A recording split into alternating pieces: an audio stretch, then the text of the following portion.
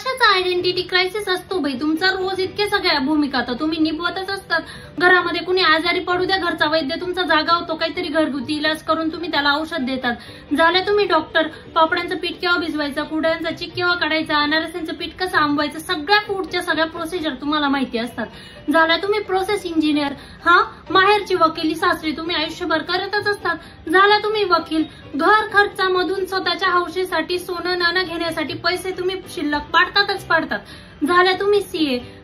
रोज छान छान रांगोळ्या काढायच्या, पोरांच्या आर्ट अँड क्राफ्टचे प्रोजेक्ट करायचे. झाल्या तुम्ही आर्टिस्ट.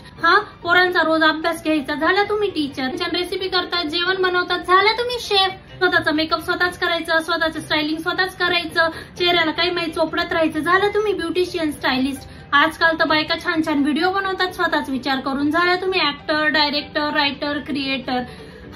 घरातल्या वस्तूंचे स्क्रू टाईट करायचे, लोकांच्या डोक्याचे स्क्रू टाईट करायचे. झाल्या तुम्ही मेकॅनिकल.